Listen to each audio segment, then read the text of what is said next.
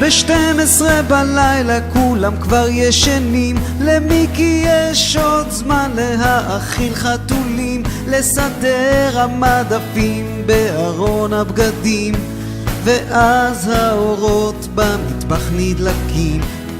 מאפינס אישי, מרק בצבעים, אגוזים מסוכרים, לביבות מנבטים, כיסונים, לימונים, עננים משונים. מתי, מתי, עד מתי ישנים? שוטפים את הפנים, מחדשים איפורים, ומשקים את הפרחים ויוצאים לדרכים. שוטפים את הפנים, מחדשים איפורים, משקים את הפרחים ויוצאים לדרכים.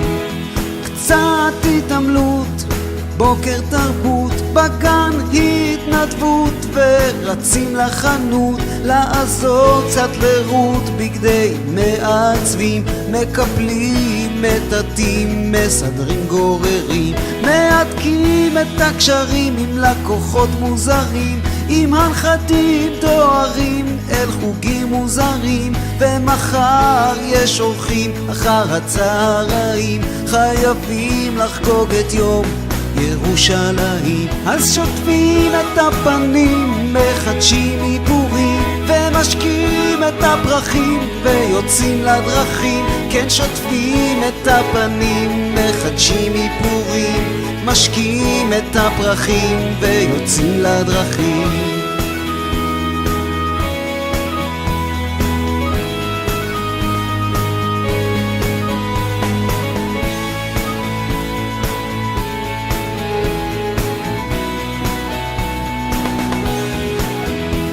ב-12 בלילה כשכולם ישנים, למיקי יש עוד זמן להאכיל חתולים, לסדר המדפים בארון הבגדים, ושוב האורות במטבח נדלקים.